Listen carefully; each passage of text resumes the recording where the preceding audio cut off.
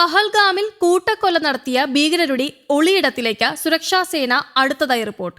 അനന്ത്നാഗിന്റെ മുകൾ ഭാഗത്ത് സൈന്യം, രാഷ്ട്രീയ റൈഫിൾസ്, അർദ്ധസൈനിക വിഭാഗങ്ങൾ എന്നിവർ സംയുക്തമായി നടത്തുന്ന തെരച്ചിൽ തുടരുകയാണ്. പ്രാദേശിക ഗോത്ര സമൂഹങ്ങളിൽ നിന്നുള്ള വിവരങ്ങളെയും സാങ്കേതിക തെളിവുകളെയും ആശ്രയിച്ചാണ് ഭീകരരെ തിരയുന്നതെന്ന് ജമ്മു കാശ്മീർ പോലീസിലെ ഉദ്യോഗസ്ഥർ പറയുന്നു. അതേസമയം നിയന്ത്രണ രേഖയിൽ പാക് സൈന്യം തുടർച്ചയായ 5-ാം ദിവസവും വെടിനിർത്തൽ ലംഘിച്ചിരിക്കുകയാണ്. പാക് സേനയ്ക്ക് തിരിച്ചടി നൽകിയതായി ഇന്ത്യൻ അധികൃതരും അറിയിച്ചു. കുപ്വാര, ബാരാമുള്ള ജില്ലകളിലും അഖ്നൂർ മേഖലയിലുമാണ് വെടിവയ്പുണ്ടായത്. കഴിഞ്ഞ വ്യാഴാഴ്ച രാത്രി മുതൽ നിയന്ത്രണ രേഖയിൽ വിവിധയിടങ്ങളിലെ പാകിസ്ഥാൻ സൈന്യം വെടിയുതിർക്കുകയാണ്. എന്നാൽ ആളപായം ഒന്നും തന്നെ റിപ്പോർട്ട് ചെയ്തിട്ടില്ല. തീവ്രവാദത്തെ പിന്തുണച്ചുവെന്ന പാകിസ്ഥാന്റെ ഏറ്റുപറച്ചിലിൽ അതിശയമില്ല എന്നാണ് ഐക്യരാഷ്ട്രസഭയിൽ ഇന്ത്യ അറിയിച്ചത്. ആഗോള ഭീകരതയ്ക്ക് ഇന്ധനം നൽകുന്ന തെമ്മാടി രാഷ്ട്രമാണ് പാകിസ്ഥാൻ എന്നും ഇന്ത്യയുടെ പ്രതിനിധി അംബാസഡർ യോജന പട്ടേൽ പറഞ്ഞു. ഭീകര സംഘടനകളെ പിന്തുണയ്ക്കുകയും പരിശീലിപ്പിക്കുകയും ധനസഹായം നൽകുകയും ചെയ്തതിന്റെ പാകിസ്ഥാൻ ചരിത്രം പാക് പ്രതിരോധ മന്ത്രി ഖ്വാജ ആസിഫ് അടുത്തിടെ ഒരു ടെലിവിഷൻ അഭിമുഖത്തിൽ കുറ്റസമ്മതം നടത്തിയത് ലോക ശ്രദ്ധ നേടിയതാണ്. ലോകത്തിന് ഇതിനു നേരെ കണ്ണടയ്ക്കാൻ കഴിയില്ല എന്നാണ് യോജന പട്ടേൽ ചൂണ്ടിക്കാട്ടിയത്.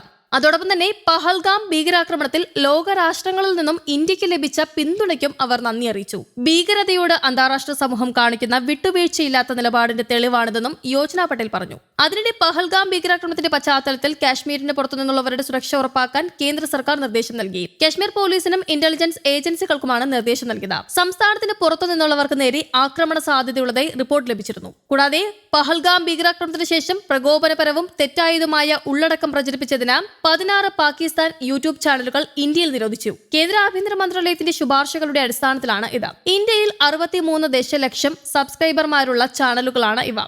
വാർത്താ ഏജൻസികളുടെ Dawn, Samaa TV, AR5 news, Bol news, Raftaar, Geo news, Suno news എന്നിവയുടെയും പാക് മാധ്യമ പ്രവർത്തകരായ ഇർഷാദ് ഭട്ടി, അസ്മ ഷിറാസി, ഉമർ ചീമ, മുനീബ് ഫാറൂഖ് എന്നിവരുടെയും യൂട്യൂബ് ചാനലുകൾ നിരോധിച്ചവയിൽ ഉൾപ്പെടുന്നുണ്ട്. GNND, Pakistan reference, Samaa sports, Uzair cricket, റാസിനാമ എന്നിവയാണ് നിരോധിച്ച മറ്റ് അക്കൗണ്ടുകൾ. പാകിസ്ഥാന്റെ മുൻ ക്രിക്കറ്റ് താരം ഷുഐബ് അക്തറിന്റെ യൂട്യൂബ് ചാനലും നിരോധിച്ചവയിലുണ്ട്. യൂട്യൂബ് ചാനലുകൾ ഇന്ത്യക്കും സൈന്യത്തിനും സുരക്ഷാ ഏജൻസികൾക്കുമെതിരെ പ്രകോപനപരവും വർഗീയവുമായ ഉള്ളടക്കം, വ്യാജവും തെറ്റിദ്ധരിപ്പിക്കുന്നതുമായ വിവരങ്ങൾ എന്നിവ പ്രചരിപ്പിച്ചു എന്ന് സർക്കാർ വൃത്തങ്ങൾ അറിയിച്ചു. കൂടാതെ പഹൽഗാം ആക്രമണത്തെ തുടർന്നുള്ള വാർത്തകളിൽ ഇന്ത്യ വിരുദ്ധ തലക്കെട്ട് നൽകിയ BBC-ക്കും മുന്നറിയിപ്പ് നൽകിയിട്ടുണ്ട്. കേന്ദ്ര വിദേശകാര്യ മന്ത്രാലയമാണ് മുന്നറിയിപ്പ് നൽകിയത്. കശ്മീരിൽ വിനോദസഞ്ചാരികൾക്ക് നേരെയുണ്ടായ ആക്രമണത്തിന് ശേഷം പാകിസ്ഥാൻ ഇന്ത്യക്കാർക്കുള്ള വിസ താൽക്കാലികമായി നിർത്തിവെച്ചു എന്ന തലക്കെട്ടിലാണ് BBC വാർത്ത നൽകിയത്. തലക്കെട്ട് വായിച്ചാൽ അക്രമം നടത്തിയത് ഇന്ത്യയാണ് എന്ന് തോന്നുമെന്ന തരത്തിൽ സമൂഹമാധ്യമങ്ങളിൽ വിമർശനം വന്നതിന് പിന്നാലെയാണ് കേന്ദ്ര സർക്കാർ BBC ഇന്ത്യ മേധാവി ജാക്കി മാർട്ടിനെ അതൃപ്തി അറിയിച്ചത്.